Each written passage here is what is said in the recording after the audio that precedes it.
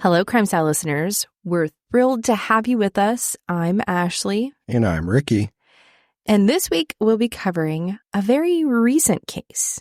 This story will take us to Rochester, Minnesota, where we'll focus on the death of 32-year-old Mayo Clinic pharmacist Betty Bowman. Betty Bowman, 32 years old, and her husband Connor, 30 years old, looked like they had an idyllic life. They met at the University of Kansas School of Pharmacy, and after graduation, she became an operating room pharmacist, and he started medical school, moonlighting as a poison control specialist. The couple did not shy away from the fact that they had an open relationship. They agreed to see other people on the condition that they were always open with each other about any partners.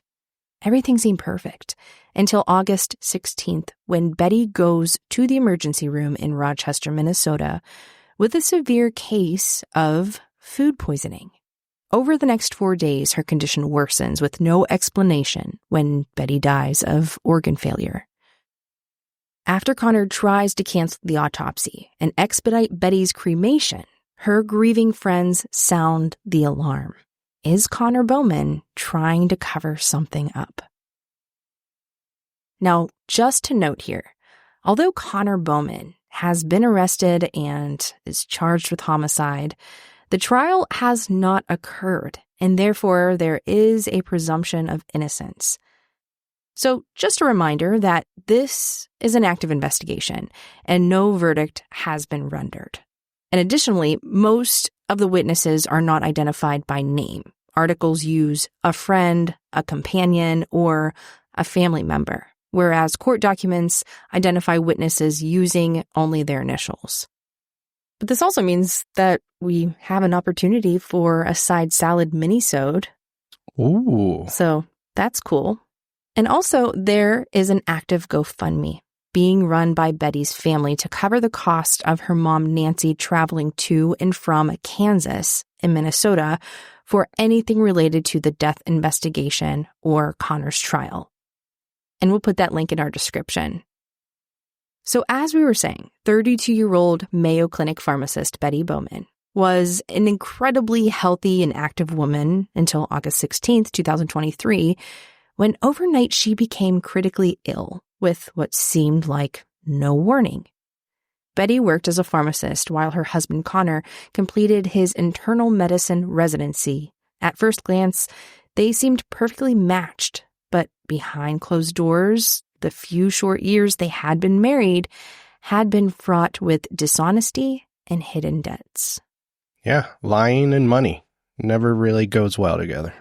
Betty Sponsel, which was her maiden name, was born in Wichita, Kansas on December 13th, 1990. She was adventurous and loved traveling. Her social media was filled with travel photos, hiking and spending time outdoors in Yosemite, Hawaii, Chicago, New York, the Grand Canyon, and the Caribbean. Betty's younger sister, Brianna, wrote a memorial post on Facebook about how kind and caring she was, saying she loved all living things and even made sure to leave spiders in the house and not kill them because she knew that they were there to help. And sometimes she even gave the spiders names. A friend from school commented, "Once in undergrad, there was a massive spider on the inside of my windshield, and I was too scared to squish it, so I called Betty because I knew she wasn't afraid of spiders. I can't remember if she squished it or if she saved it, but she certainly came to help me." Now, Betty and Connor met at the University of Kansas, where they both were enrolled in pharmacy school. He was slightly younger, born on March 21st, 1993, and classmates say they hit it off right away. Betty graduated from the University of Kansas School of Pharmacy with a pharmaceutical doctorate in 2017 and completed her residency at Stormont Vale Hospital in Topeka, Kansas in 2018. Now, after their graduation, Betty started working right away as a pharmacist. But Connor continued at the University of Kansas, getting his medical degree and working for the university as a poison control specialist. Interesting. Now, together they became proud dog parents to an adorable corgi named Sir Crumpet II of Mulberry. Aw. So cute. And Betty loved spoiling Crumpet with doggy treats, toys, and outings to local parks. And they even ran an Instagram account for Crumpet, who became a bit of a local internet celebrity, which I had a hard time finding if that page was still active. Now, on Connor's match day, the day he found out where he would match to do his medical residency, Betty had an adorable custom corgi doctor cake made. When Connor matched at Mayo Clinic Rochester for his residency in internal medicine, the couple moved from Kansas to Rochester, Minnesota, where Betty also started working for Mayo Clinic as an operating room pharmacist. Seems like a really normal couple, right? Like very high achieving. Yeah, goal-oriented. Like they definitely, they were busy, working hard. Yeah, and they were raising this cute, adorable dog who was internet famous. Now, as we mentioned, the open relationship thing that they had going on, it was pretty common knowledge to their friends, their family, and their classmates that this was all going on. Even after they got married in May of 2021, they agreed to see other people on the condition that they were always open with each other about any partners. This agreement seemed to be working for them both. They both seemed to be happy, and they were clearly finding lots of success professionally. No one really suspected that they were having any issues until April of 2023, when Betty traveled home to Wichita, Kansas to visit her family, and Connor stayed behind to work. Betty had returned home to help her mother leave her difficult marriage with Betty's father. And while home, she coordinated packing, signing papers, and organized the finances that would allow her mom the freedom to find somewhere to live and support herself for a short time while she got back on her feet. And while at home, Betty told her sister that she knew Connor wasn't being honest about his partners, and that based on the condition in their marriage to be upfront with one another, in order for an open relationship to work, she felt that he was being unfaithful. But why the dishonesty, you know? Yeah, it makes you wonder. First thing off the top of my head, though, I mean, maybe he met someone he felt more serious about. Or the fact that maybe he had to communicate to these women or his partners, whatever, that he was in an open relationship. You know, maybe he didn't want to admit those things. True. Now, on top of all of that and the secretive relationships that were happening, you know, in the background, Betty discovered Connor was hiding a large amount of debt from her after seeing some bills and final notices arriving in the mail. Now, they both had doctorate degrees, and Connor was in medical school, so there obviously was some student debt that would have been expected. But this debt was a complete surprise to Betty. Betty's family encouraged her to take the advice that she gave her mom and to think about leaving as well. Well, obviously, this debt has to be something not typical, right? Something that they didn't communicate, which also could be secret. Like, I'm kind of thinking, could it have been credit card debt? Like, he's taking these other women out to restaurants and things like that, like racking up this credit card debt secretly and, you know, planning these trips and things like that while they're married. That's kind of what I was thinking. Secret trips. Maybe he bought someone a car. I don't know. You know, maybe he's paying for a secret apartment, something like that. Or not an apartment, but maybe like he bought a secret condo. Things that are just like over the top that would really cause for concern, because obviously her family was like, maybe you should think about divorcing him. Right. Now, it wasn't just Betty's family who was concerned about her. Many of their friends knew about the difficulties in Betty and Connor's marriage. And those friends also urged her to think about divorce, but she wasn't ready. Betty really wanted to try to work things out. Just a few months later, it seemed like maybe the tide was turning, and after 8 years together and 2 years married, Betty finally started contemplating divorce. Connor had started seeing other women almost exclusively, even inviting them to stay over in their home. And although Betty knew about this other woman, Connor would often still lie about where he was, telling Betty that he was at work when he was out on a date. Betty was also dating 2 people at the time, so the issue wasn't other relationships. It was the constant lying and the, secret keeping, which was becoming more and more of a problem. Yeah, I mean, they agreed on communication. Like, this obviously isn't fun anymore. Yeah, there's no communication. So on August 14th, 2023, Betty texted one of her partners, and in the criminal complaint documents, he is identified by his initials, SS. And she told SS that she had a few days off work and was looking forward to spending some time with him. They saw each other the next day, and they texted with each other later that night. Betty told SS that she and Connor were spending a quiet night, having some drinks, and made plans to see each other again in the upcoming days. Now, the next morning, Betty messaged SS, canceling their plans, stating that she was really sick and could not sleep at all because of how ill she's been. She thought maybe it was a drink that Connor had made her because it had been mixed in a large smoothie. Now, Betty seemed to get worse and pretty quickly decided it was time to head to the hospital. Connor called Betty's family to let them know that they were in the emergency room because Betty was having some stomach issues and was dehydrated, but he assured them it wasn't anything to worry about, and he'd keep them posted about what was going on. The hospital thought Betty had a pretty classic, although really severe case of food poisoning, and started treatment for that. But Betty didn't respond, and instead deteriorated very quickly. Only a few hours later, Connor called Betty's family a second time to tell them that she was being moved to intensive care. Betty's mom and sister couldn't find a flight out right away, so instead, they drove overnight. They made the 9-hour trip from Wichita to Rochester with barely any stops. And when they arrived the next morning, it was clear Betty was very sick. Betty's mom, Nancy, said in a recent interview, she was very weak, but she could talk. She had no energy, couldn't even get a drink by herself.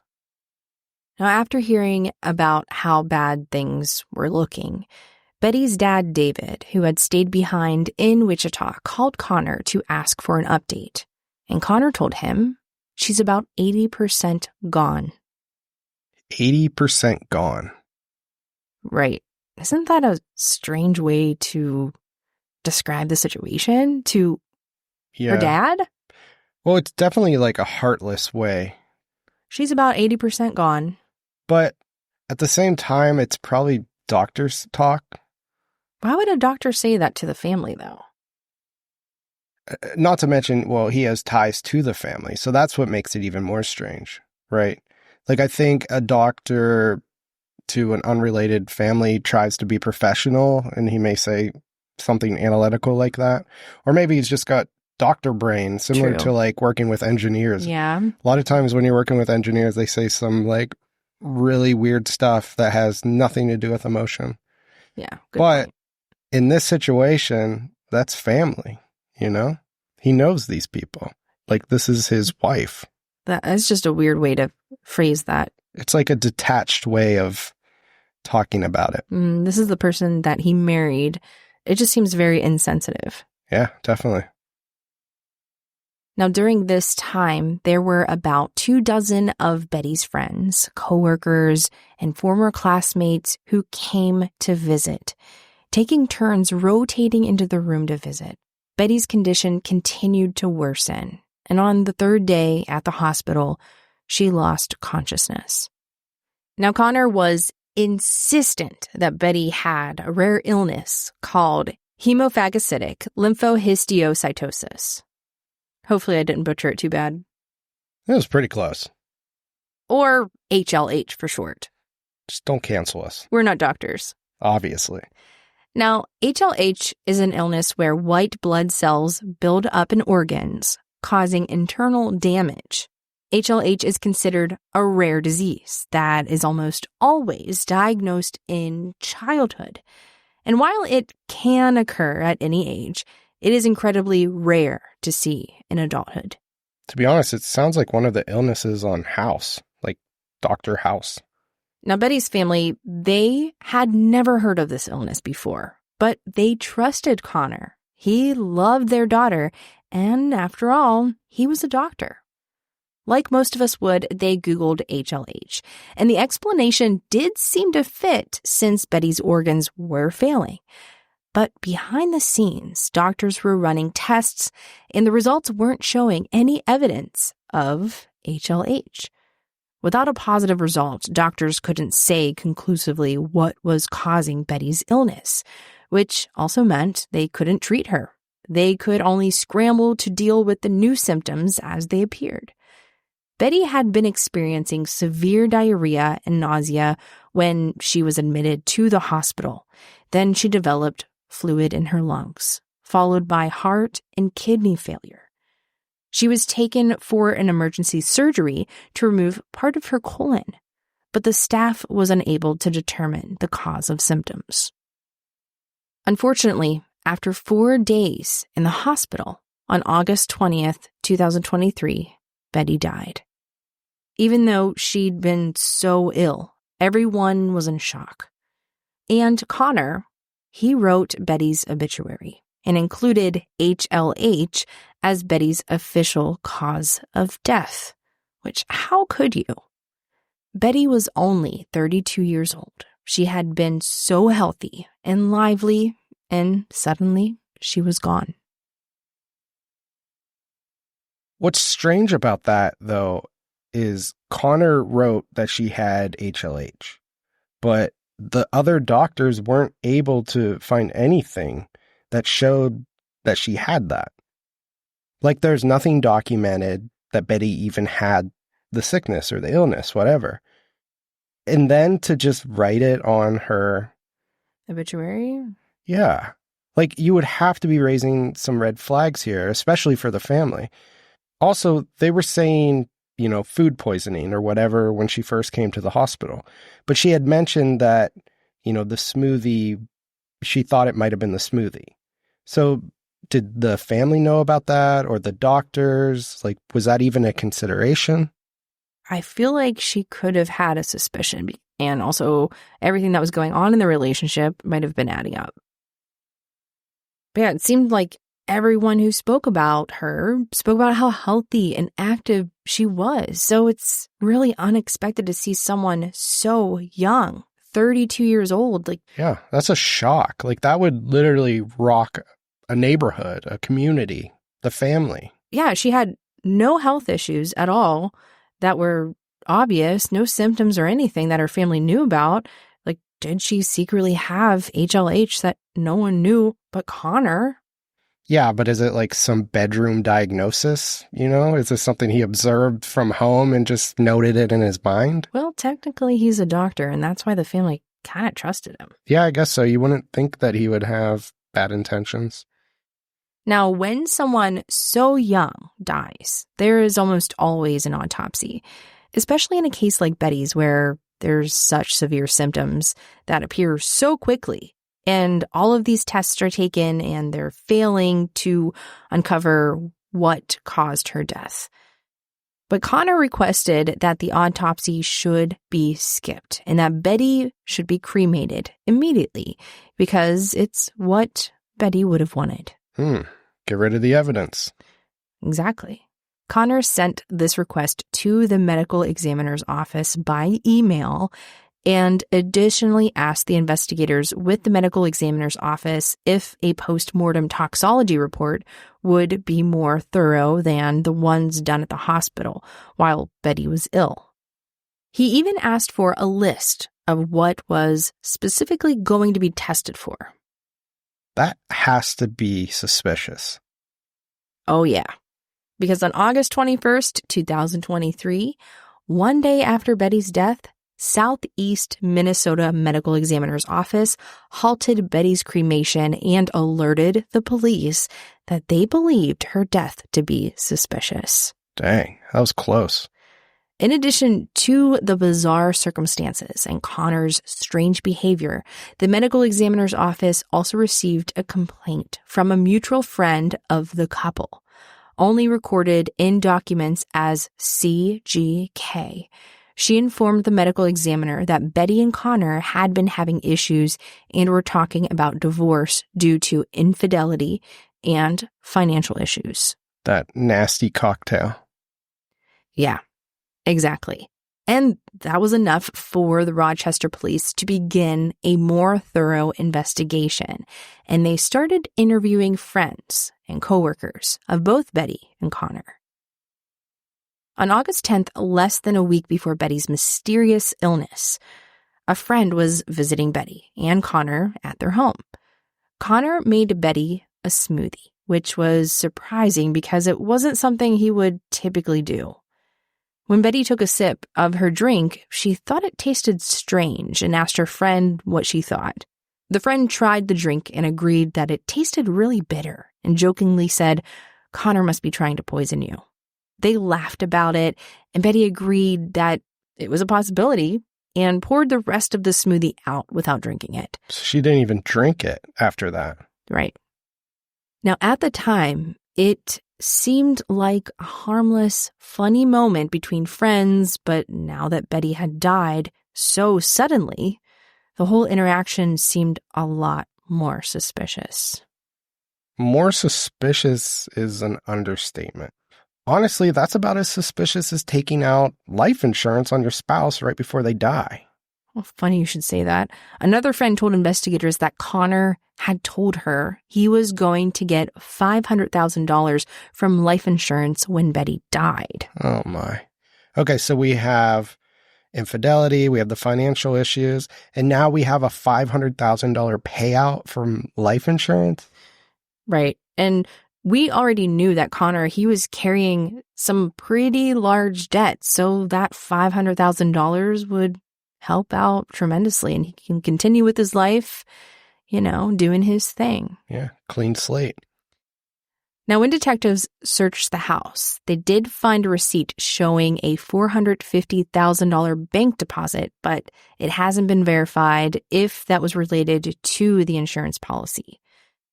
The same friend also told police that 3 days after Betty had died, she went to the house to check in. Connor's girlfriend was there, and all of the photos of Betty had been removed. That's quick. Moving on quick. Detectives also learned that Connor Bowman had accessed his wife's electronic health record at the hospital using his medical credentials.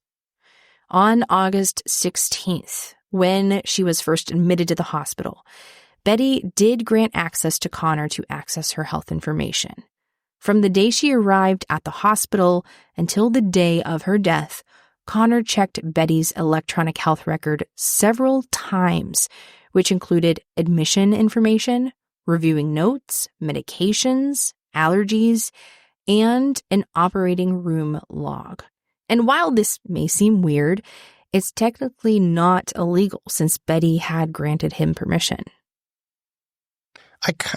That one kind of goes both ways because, if you were to die and I had access to your medical records, I may review them and, try to make sense of it or something like that. But I think with this pun intended toxic cocktail, everybody's already kind of suspicious. So I don't know. I guess it could go both ways on that. He's a doctor, so obviously he wants to be involved.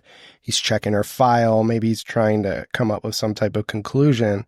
But at the same time, is he, reviewing information, insider information, and then planning ahead? Yeah, maybe he was worried about her during that time. He wanted to try to make sense of the whole thing since he had access to it. He had an understanding of it, being that he was a doctor. But all of that permission expires if or when the patient dies. And what's interesting is after Betty died, until August 23rd, Connor checked Betty's electronic health record every single day. On August 22nd, he even created a new entry. And although he didn't add any information to the file, since he created a new documentation, it meant he was then identified in the system as part of Betty's medical team, which meant he could enter her medical file at any time without entering his credentials. Oh, okay. So that's interesting.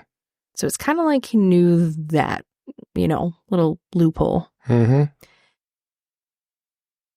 Connor was a resident at the hospital, but he also worked as we mentioned before, poison specialist for the University of Kansas.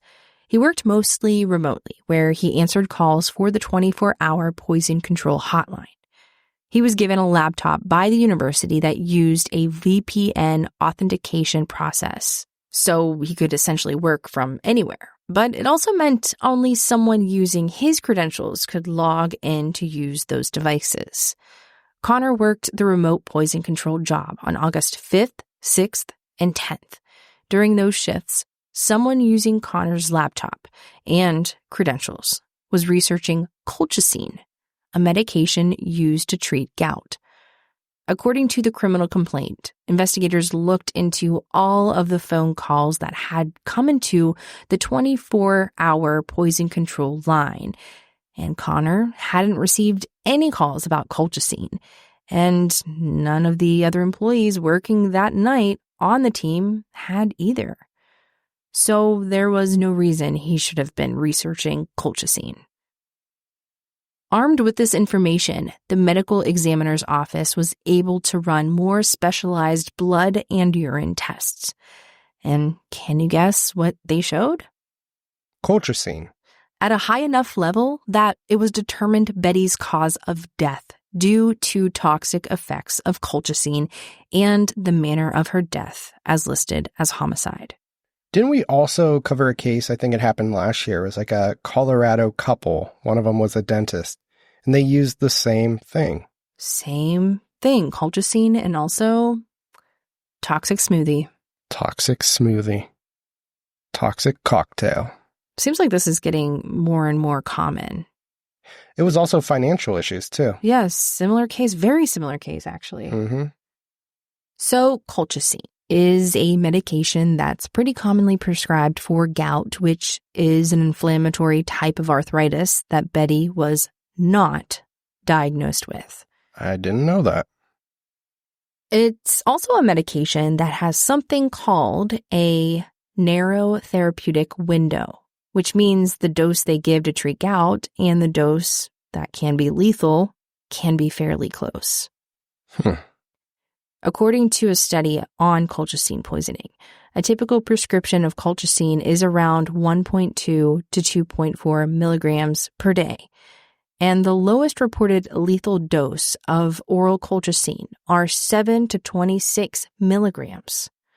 Colchicine poisoning can be pretty horrific. It starts with extreme gastrointestinal symptoms, then complete organ failure. There's no antidote and no cure, so there's really nothing anyone can do other than treat symptoms and attempt to stabilize. But that's if medical professionals know there's colchicine poisoning. Right. You can't find something that you're not looking for. Exactly. Now, just so happens on August 10th, someone on the same device accessed a medical journal that is often used by medical professionals to search the lethality of substances. And on that same device, a calculator was used to convert 120 pounds, which was Betty's weight at the time of her death, into kilograms and multiplied it by 0.8, which is considered the lethal dosage for colchicine, according to that same medical journal. Yeah, so some doctor, calculated individual, did this. On a laptop that was Connor's. Right. So. Interesting. So obviously someone with the credentials of Connors, who has a doctor brain, did this calculation, and go figure, it matches Betty. Very peculiar. Very. Now, just one day later, guess what Connor purchased? Drugs. Liquid colchicine from an online pharmacy called Mark Cuban Cost Plus Drugs. He used his Mayo Clinic email address to make the purchase before closing, then completely deleting the account altogether. Suspicious. Records with the online pharmacy show when Connor deleted his account, he claimed Betty had fraudulently purchased colchicine under his name. He also allegedly told the company that he wanted to delete the purchase data associated with the account because his employer, Mayo Clinic, had confronted him for ordering and purchasing a prescription of Viagra for himself. So embarrassing. Law enforcement requested Connor's emails and disciplinary records from Mayo Clinic to verify the information from the online shop. But the result of that search warrant has not been made public. Yet. Now, before that, on August 5th, which was also one of Connor's scheduled shifts, someone using Connor's work device Googled the phrases, "internet browsing history, can it be used in court?" Also, police track package delivery, and delete Amazon data police. I wonder if it was the corgi. How long does dog food take to arrive? Okay, that one might have been the dog. The rest were Connor. And on top of all of those searches, Connor's Amazon purchase history shows on August 5th, 2023, he also bought a substance called oil of wintergreen and searched the toxicity of the essential oil when consumed. So, investigators suspect that the earlier smoothie incident on August 10th may have been a poisoning attempt using the different substance. Oh, so like a different method. So all of those searches were done on a work laptop. Using a VPN, digital footprint, everything's documented. It kind of goes to show you, like, you can be super book smart and go through medical school and pharmacy school, but a little bit of cybersecurity knowledge probably could have went a long way. Maybe he should have went to... Should have been his minor. Yeah, he should have, because, I don't know. I think he dropped the ball on this one. Yeah. Now, after a 2-month investigation, Connor was arrested on October 20th, 2023, and charged with second-degree murder with intent, not premeditated. How is it not premeditated? The dude literally has Google searches for different chemicals that can kill someone. Yeah, it sounds pretty planned, but Minnesota requires a grand jury indictment for first-degree murder. The initial charge is always second degree. On July 5th, 2024, the grand jury did upgrade Connor Bowman's charges to 1 count of murder in the first degree, premeditated, and with intent, and an additional count of murder in the second degree with intent. Good, I guess. He is currently being detained by Olmsted County with bail set at $2 million. Woo! So far, no additional hearing or trial dates have been set, and because this has been a pretty high-profile case, the assigned judge has been pretty strict about sealing documents and releasing transcripts and warrants. Connor's attorney had to file a request to access the grand jury's transcripts, and the judge limited access to only those attorneys working directly on the case. Even the clerks or paralegals from the firm were declined access, with Judge Kathy Wallace saying, "I think the potential for the information to get out is too great the further this is expanded. The public interest in this case is obviously a big concern if it comes to a trial." I really, really, really hope we charge Connor But I have to ask, so what about Crumpet the Corgi? Do we know what happened to him? So Crumpet is living in Wichita with Betty's mom. Oh. And Betty's sister and her husband, Matt, they got matching tattoos in honor of Betty. They're super cute. It's a cartoon image of Crumpet the Corgi holding a syringe to pay homage to her job in pharmacy. So Crumpet is safe and sound and loved. This will definitely be a case we will check in on. Yeah, maybe we'll get some updates and we'll do a side salad episode. Yeah.